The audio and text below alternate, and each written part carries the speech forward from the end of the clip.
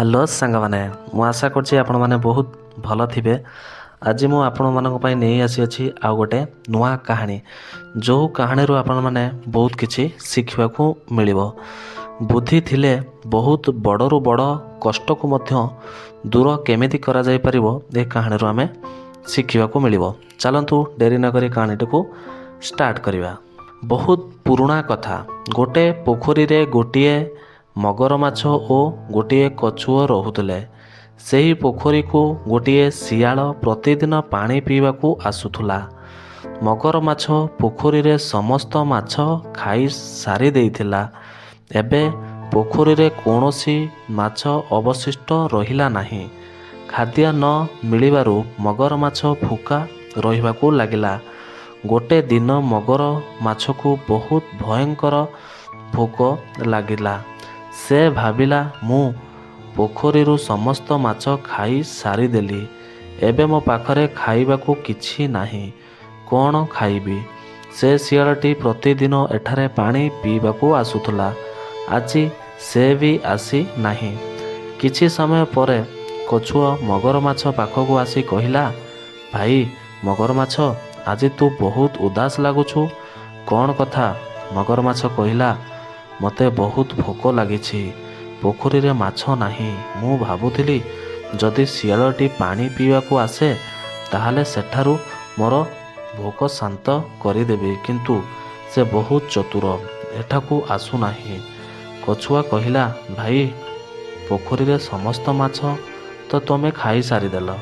ଶିଆଳ ମଧ୍ୟ ତୁମ ଭୟରେ ଏଠାକୁ ଆସୁନାହିଁ। ଏଥିରେ ମୁଁ କ'ଣ କରିପାରିବି?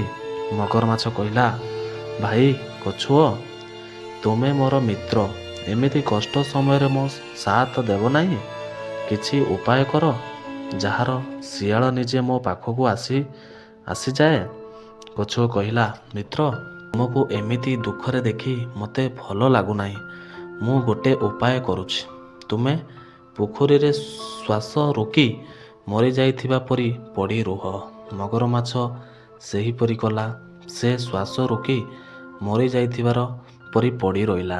କିଛି ସମୟ ପରେ ଶିଆଳ ସେଠାରୁ ଯାଉଥିଲା। କଛୁଆ ତାକୁ ଦେଖି ଜୋରରେ କାନ୍ଦିବାକୁ ଲାଗିଲା। ଶିଆଳ ପଚାରିଲା, ଭାଇ କଛୁଆ, କ'ଣ ହେଲା? କାହିଁକି ଏତେ କାନ୍ଦୁଛ? କଛୁଆ କହିଲା, ମୋର ମିତ୍ର ମଗର ମାଛ ଏବେ ଏହି ଦୁନିଆରେ ନାହିଁ। ମୁଁ ତାକୁ ମନେ ପକାଇ କାନ୍ଦୁଛି। ଶିଆଳ ମନେ ମନେ ଭାବିଲା, ଭଲ ହେଲା, ମଗର ମାଛ ମରିଗଲା। ଏବେ ମୁଁ ନିର୍ଭୟରେ ପାଣି ପିଇପାରିବି। ତେବେ କଛୁଆ କହିଲା, ଚଳ ଭାଇ ଶିଆଳ, ମଗର ମାଛ ଉପରେ କିଛି ଘାସପତ୍ର ଦେଇ ତାଙ୍କର ଶେଷ କାର୍ଯ୍ୟ କରିଦେବା। ଶିଆଳ ମଗର ମାଛ ପାଖକୁ ଯାଉଥିବା ବେଳେ ସନ୍ଦେହ କଲା। ମୁଁ ଶୁଣିଛି ମଗର ମାଛ ମରିଯାଇଥିଲେ ମଧ୍ୟ ତାର ପୁଚ୍ଛ ହଲାଇଥାଏ, କିନ୍ତୁ ଏହାର ପୁଚ୍ଛ ହଲୁନାହିଁ। ଲାଗୁଛି ଏ ଜୀବିତ। ଏହା ଶୁଣି ମଗର ମାଛ ଭାବିଲା, ଯଦି ମୁଁ ପୁଚ୍ଛ ହଲେଇବିନି, ଶିଆଳ ଭାବିବ ଯେ ମୁଁ ବଞ୍ଚିଛି ଏବଂ ସେ ପଳାଇଯିବ। ଏମିତି ଭାବି ସେ ତାର ପୁଚ୍ଛ ହଲେଇବାକୁ ଲାଗିଲା। ପୁଚ୍ଛ ହଲୁଥିବା ଦେଖି ଶିଆଳ ଦୂରକୁ ପଳାଇଗଲା ଏବଂ କହିଲା, ତୁମର ମିତ୍ର ଜୀବିତ। ତୁମେ ଦୁଇଜଣ ମିଶି ମୋତେ ମୂର୍ଖ ବନାଇବାକୁ ଚେଷ୍ଟା କରୁଥିଲ ନା? ଶିଆଳ ସେଠାରୁ ଚାଲିଗଲା। କଛୁଆ କ୍ରୋଧରେ କହିଲା, ଆଖି ଖୋଲ, ଶିଆଳ ତ ପଳାଇଗଲା। ତୁମେ ସତରେ ମୂର୍ଖ, ଚତୁର ଲୋକଙ୍କ ଚାଳରେ ପଡ଼ିଗଲ।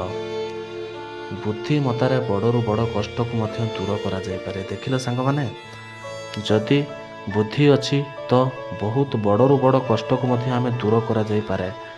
ମୁସ୍କିଲ ସମୟରେ ଯଦି ଆମ ଉପସ୍ଥିତି ବୁଦ୍ଧି ଖର୍ଚ୍ଚ କରିବା ଆଉ ଚିନ୍ତା କରିବା, ତାହେଲେ ନିଶ୍ଚିତ ଆମେ ଦିନେ ନା ଦିନେ ବହୁତ ବଡ଼ରୁ ବଡ଼ କଷ୍ଟକୁ ମଧ୍ୟ ଦୂର କରିପାରିବା।